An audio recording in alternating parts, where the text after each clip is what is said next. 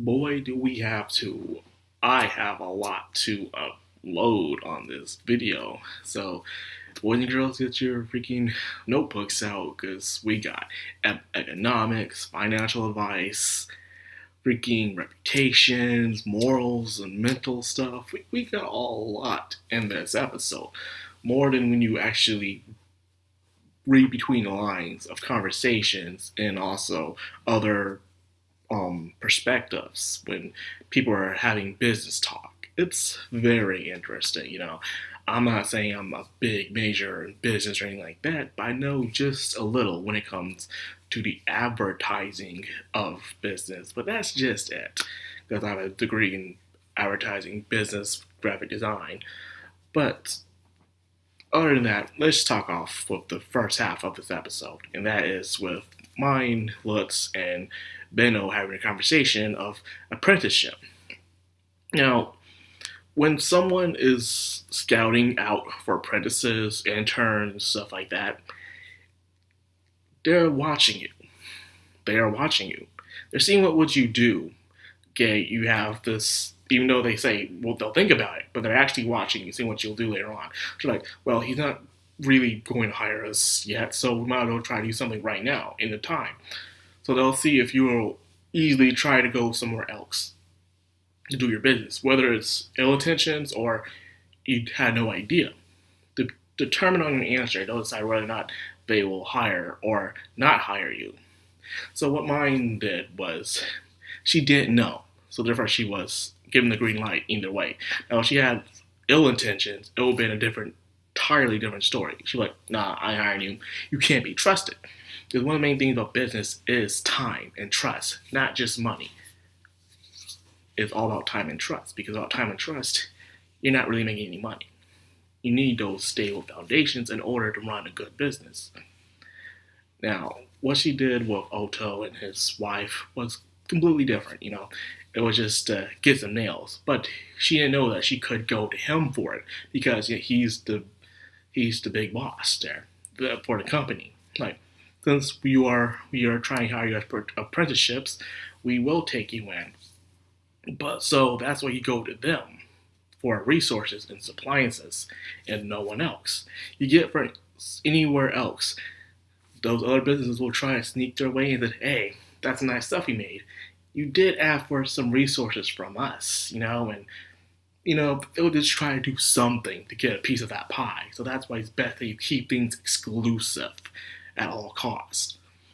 So he's willing to open up a workshop for them to make the plant-based paper and give them the resources they need. And they're given their deadlines all the way up until it's time for their baptism. So they got ways to go. And of course, another major important thing you need to learn in this episode. Royalties aren't all that. I know a lot of people are thinking, oh, if I make this logo or if I make this song or whatever and people use it, I'll get a royalty and get paid every time it happens. True. However, you gotta make sure you read them contracts. You do a royalty. Royalties can run up. They will use an excuse, like, say they'll find a loophole within that contract without royalty, so they'll still use your stuff, but you ain't getting no money out of it, or you'll get even less money than you did before. If they use it a certain different kind of way, based off of the contract, you ain't getting much. So you gotta make sure, even though it's nice, you got a royalty job, but doesn't mean you can just live an easy life here on out. No, you got there another way to make money, again and again and again, until you'll know you have a stable income life. That's the only way to do it. So what mine did here said was very, very smart. It's like the fisherman thing. Give him a fish, you feed him a day. Teach him how to fish, you'll feed him for life. So yes, you give him that royalty, you'll feed him for a certain while, but then that royalty runs out. It becomes irrelevant. Other people start doing it and doing different prices. It's over. But what she wanted instead was to keep the right to make it. That was genius. She makes it and Lutz sells it. You can't get any better than that, because you keep your work.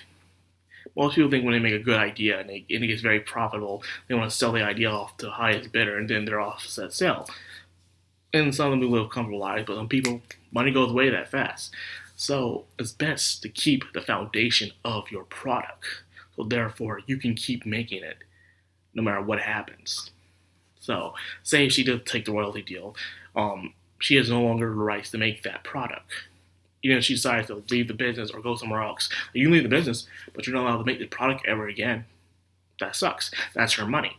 So therefore, no matter what happens now that she has the rights to make that product, she can go anywhere now and make that product. That product goes where she goes because she has the rights to make it. So no matter what happens, people have to buy that product from her. Well, more like she only can make it. Lutz is the one that has to sell it, which is great business thinking. Some people are thinking the short term of getting rich, which is never ever good because that's only temporary. The faster you get rich, the quicker you get broke. The longer it takes you to get rich, the longer you keep those riches because the money keeps going in and it never stops. You gotta play your cards right. Then, of course, with the conversation that's going on, Lutz felt a little bit off for a good reason. I said almost every episode that if mine keeps acting adult-like and acting way more out of her age district, people will gain suspicion. What is up with me today? My mouth ain't saying the words right. So anyways, Lutz is being suspicious of mine. Imagine you knew this girl for a little while, and she acted like very childish, like any child would do. And then one day out of nowhere, she's extremely intelligent.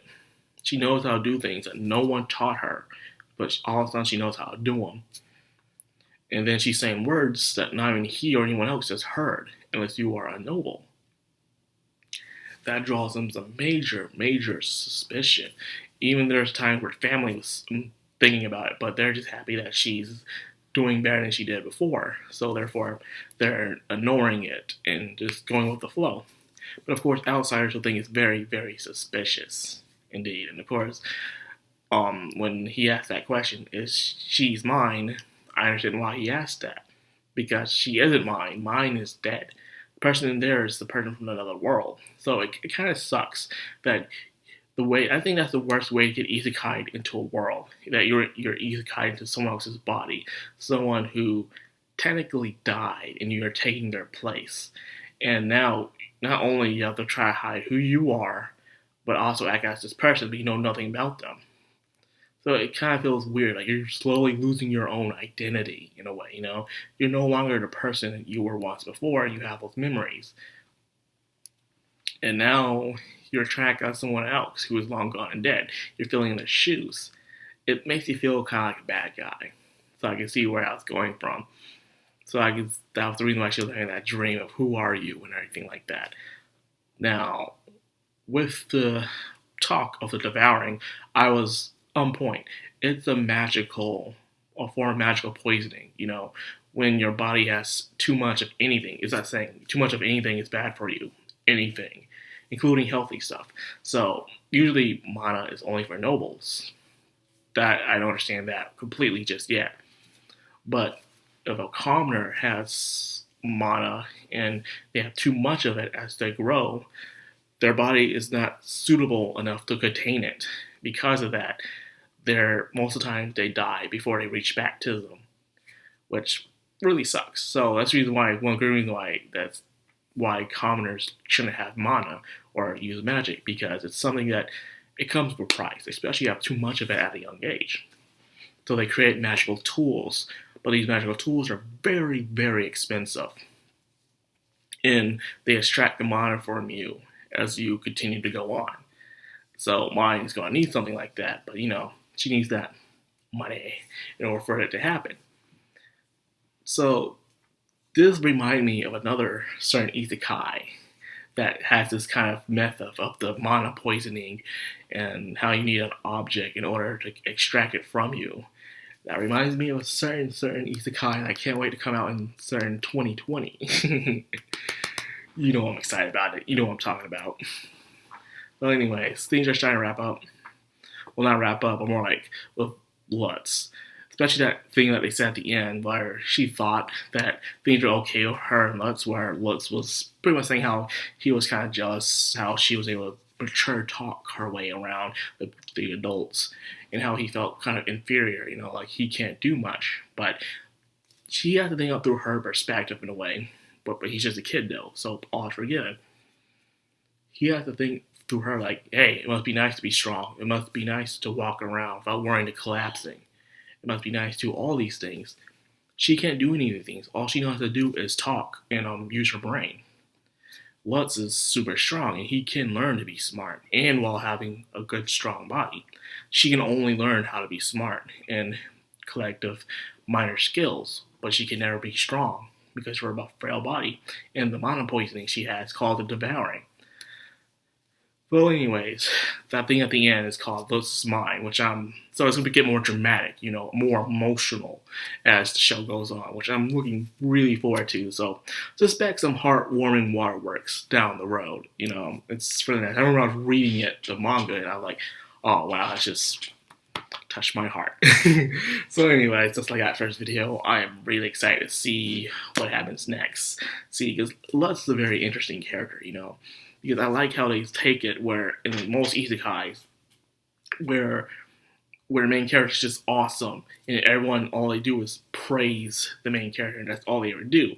But this one, they think she's too smart for her own good, or she's smart but has no common sense, or she's acting too smart for her age. So I like this, how it's taking everyone's perspective, how they see mine. It's not just, oh, she's just amazing, she's just a genius, and that's it.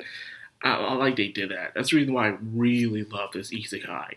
And it's a gosh darn shame that it's so underrated this season. But what can you do?